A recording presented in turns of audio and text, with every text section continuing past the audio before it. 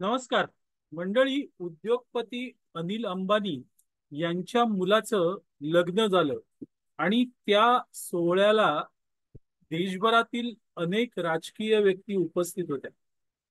या सोहळ्यात सहभागी होण्यासाठी पश्चिम बंगालच्या मुख्यमंत्री आणि तृणमूल काँग्रेसच्या प्रमुख ममता बॅनर्जी देखील मुंबईत आल्या होत्या. ममता बॅनर्जी या सोहळ्याला उपस्थित राहिल्या आणि त्यानंतर तिथून त्या मातोश्रीवर गेल्या. मातोश्रीवर त्यांनी उद्धव ठाकरे यांची भेट घेतली. तसंच त्या शरद पवार यांचं निवासस्थान सिल्वर ओकवरही गेल्या. आपल्याकडे जी बातमी आली ती बातमी अशी होती की मातोश्रीवर गेल्यावर ममता बॅनर्जी यांनी उद्धव ठाकरे यांच्याबद्दल गौरवोद्गार काढले आणि उद्धव ठाकरे यांना सांगितलं की तुम्ही लोकसभा निवडणुकीत वाघासारखे लढला. त्यानंतर त्या सिल्वर ओकला गेल्या. तिथेच नेमकं काय बोलणं झालं हे आपल्याला कळलेलं नाही. पण मित्रांनो, माझ्याकडे जी माहिती आहे त्या माहितीनुसार ममता बॅनर्जी केवळ इथपर्यंत सीमित राहून या दोन नेत्यांशी बोललेल्या नाही. त्यांनी त्याही पुढे जाऊन चर्चा केली आणि ती चर्चा होती अर्थातच काँग्रेसचे नेते राहुल गांधी यांच्याबद्दल. राहुल गांधी हे विरोधी पक्ष नेते आहेत आणि संपूर्ण विरोधकांचं ते लोकसभेत नेतृत्व करतात. ते नेतृत्व करत असताना मित्रांनो, राहुल गांधी यांच्या क्षमतेबद्दलच सुरुवातीपासून प्रश्नचिन्ह होतं. राहुल गांधी खरंच विरोधकांचं नेतृत्व करू शकतील का? त्यांच्यात ती क्षमता आहे का? याबद्दल कोणालाही खात्रीशीररित्या सांगता येत नव्हतं. कारण राहुल गांधी यांचं राजकारण किंवा राजकारणाबद्दल त्यांची असलेली जाण ही काय आहे हे देशातला बच्चा बच्चा जाणतो. आणि त्यामुळे राहुल गांधी खरंच विरोधकांचं नेतृत्व करतील का? आणि त्याही पेक्षा समोर नरेंद्र मोदी, अमित शहा यांच्यासारखे नेते असताना राहुल गांधी कुठेतरी कमी पडतील हे मात्र निश्चित होतं. आणि तेच झालं मित्रांनो. राहुल गांधी विरोधी पक्ष नेते झाले आणि त्याचा सगळ्यात जास्त आनंद भाजपला झाला. कारण राहुल गांधी यांच्या मागे आता फरफडत जावं लागणार हे विरोधकांना कळू लागलं होतं. आणि हे भाजपसाठी आणि एकंदरीत सरकारसाठी खूप चांगली गोष्ट होती. आता जे अधिवेशन झालं संसदेचं, त्या अधिवेशनात राहुल गांधी यांनी जो घोळ घालून ठेवला तो केवढा मोठा घोळ होता. एकतर विरोधी पक्ष नेते पदावरून भाषण करताना त्यांनी काही पोस्टर्स फडकवले. काही संतांची, ईश्वराची पोस्टर्स होती. विरोधी पक्ष नेत्याला अशी पोस्टर्स फडकवता येत नाही. पण तरीही राहुल गांधी यांनी ती फडकवली आणि त्यानंतर राहुल गांधी यांनी समस्त हिंदूंना हिंसक ठरवून टाकले. याचा मोठे पडसाद संपूर्ण देशभर आता उमटू लागलेले आहेत.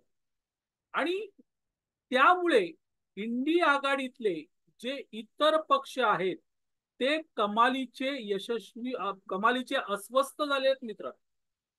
कारण राहुल गांधी असा मूर्खपणा वारंवार करत राहिले तर त्याचा मोठा फटका हा आपल्याला बसू शकतो हे या विरोधी पक्ष नेत्यांना माहीत झालेलं आहे. आणि किंवा इंडिया आघाडीतले जे घटक पक्ष आहेत त्यांना माहीत झालेलं आहे.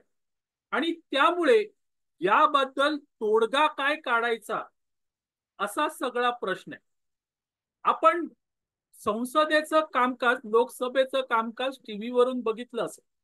त्यामध्ये राहुल गांधी हे विरोधी पक्षातल्या सदस्यांना वेलमध्ये या, हंगामा करा म्हणून सांगत होते.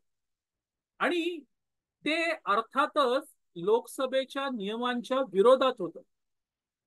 पुन्हा जे हंगामा करायला पुढे सरसावले ते तर निश्चितच काँग्रेसचे खासदार होते, पण त्याबरोबर तृणमूल काँग्रेसच्या खासदारांनाही नाईलाजास्तव तिथे यावं लागलं.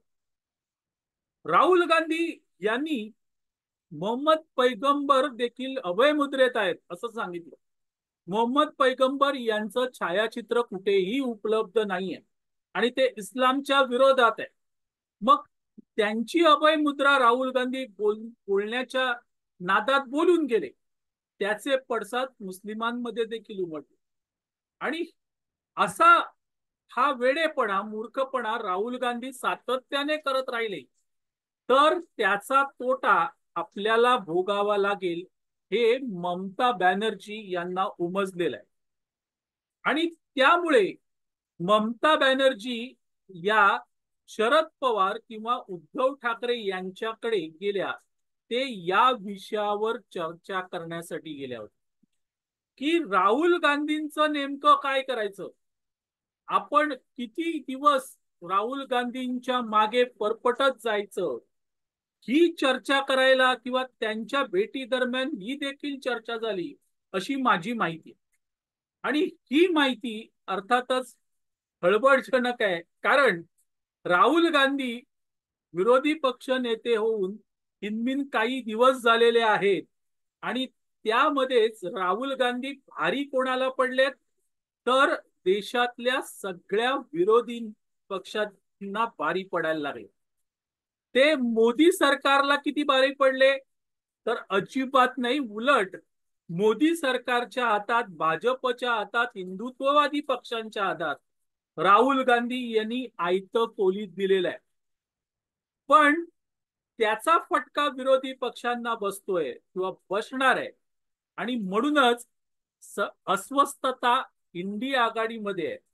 आणि ती अस्वस्थता प्रकट करण्यासाठी ममता बॅनर्जी या शरद पवारांना भेटल्या आणि उद्धव ठाकरे यांनाही भेटल्या. विषय काय करायचं, काय होता, तर या राहुल गांधी यांचं नेमकं करायचं काय. मंडळी, तुर्तास इथे थांबतो. मी आबा माळकर आपली रजा घेतो. पुन्हा एका नवीन व्हिडिओसह तुमच्या समोर हजर होईल. तुर्तास इथे थांबतो. आपल्याला हा व्हिडिओ आवडला तर लाईक करा, शेअर करा, लक्ष वेधला सबस्क्राईब करा. धन्यवाद.